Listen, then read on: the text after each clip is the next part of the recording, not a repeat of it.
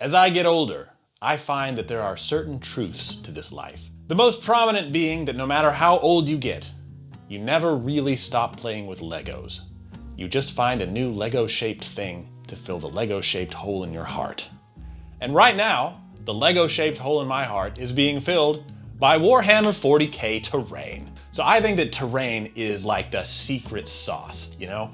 You work so hard to paint these little dudes, and your opponent works so hard to paint these little dudes, and you bring them, and that terrain just really sells it, you know? It puts them in a time and in a place, and it just makes the whole thing so much more cinematic. But I think if you're new, as I still kind of am, terrain is really intimidating, as it kind of was to me up until recently. Terrain is like kind of a secret expense that gets tacked on to Warhammer. Like, you know you're gonna have to get into it at some point. And you can buy some really cool terrain. If you're willing to spend the money, there's some awesome terrain out there. Like, it's really great. But there are also ways to make it at home like I did. And it's so much fun. I've seen my friends make really cool terrain functional stuff out of just little pieces of plastic. Like my buddy does Death Guard, and he does like this. It's almost like laser tag. You remember laser tag in the 90s? That whole aesthetic of like super industrial toxic waste. Looks super dope. I took it in a slightly different direction. I used oven-baked clay to make downtown Bikini Bottom, which I know is really dumb. It's really super dumb. But I actually disagree with myself for saying that because it's awesome. I took this oven-baked clay that I got, it's called Sculpey, and I made all these little background buildings here. I tried to make it look like downtown Bikini Bottom, you know, in the episodes where you see it get blown up. The way it works is I use these buildings essentially as fence posts, so they kind of sit on the edges of ruins, and then I take these little hastily made fortifications here and stick them together, a little anchor on that one.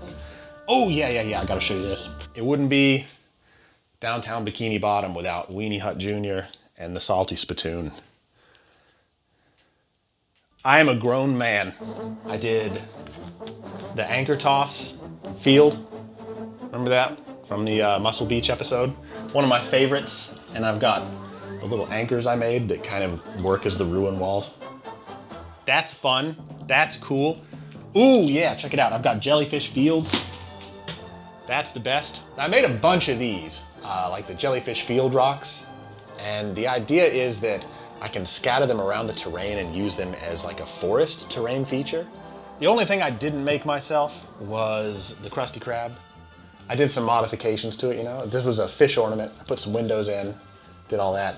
I just couldn't do it justice. I tried, couldn't do it justice. I did a bunch of blown up buildings too. Tried to make it look like there was a horrible massacre that happened.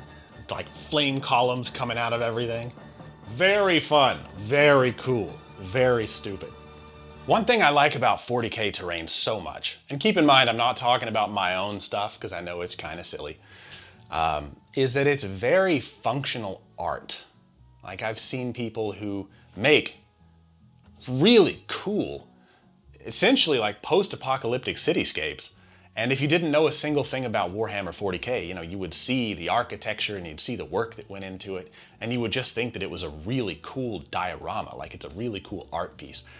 But it has so much function beyond that because it serves as a cinematic backdrop for this super cool game that you kind of get to live in for a while. It's very neat, and it gives me a huge respect for people who have kind of always done this, you know, like maybe people who do train sets for a living. Oh my God, the people who do trains are outrageous. After having played around with some of this stuff and doing work with static grass, it gives me a whole new respect for them. Maybe I'll be a train guy one of these days, who knows? My girlfriend would love that. Just when she thinks I couldn't get any sexier, I take up an interest in building model train sets. Whew. Ladies, watch out. I might be hitting the market soon. My goal, and I don't quite have the space for it now, but I want to do it someday, is I really want to build Longshore from Halo 3. Do y'all remember Longshore? It was one of the later maps. I think it was like in the last map pack rotation.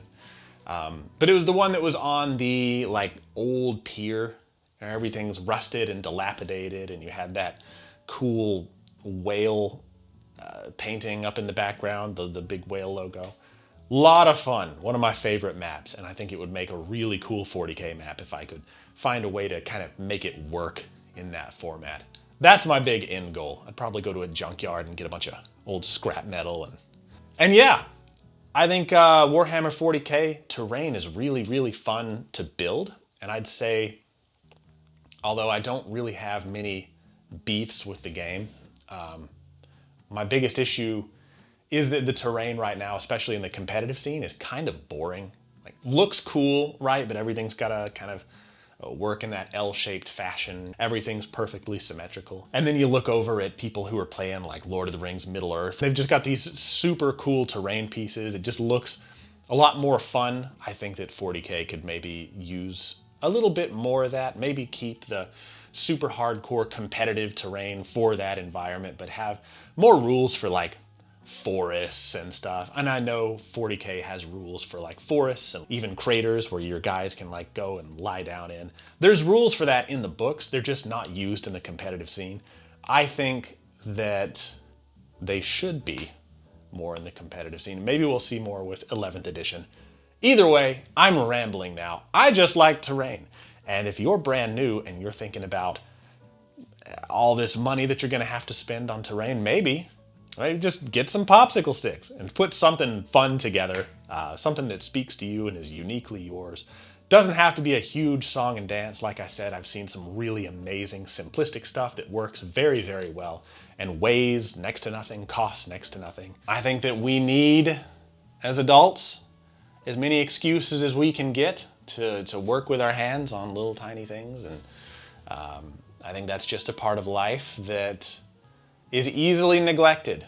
You know, you got your job, you got your friends and your family, you got your fitness, you got your outdoor exploration, you got all the things that make up life, and you want to sprinkle them together. It can be so easy to overlook that last ingredient, which is just some time to yourself to make art. And this is art, you know? It's silly, but it's also art. It's fun. But tell me what you all think. Talk about your different creations down below, any inspiration that you all have had, maybe the coolest stuff that you've made or you've seen other people make, or whether or not it's even worth your time to make your own terrain and you instead just like buy the store-bought stuff, which is also great and looks probably better than anything I could ever make in a million years. And until next time, I'm Mike, and I'll catch you all later.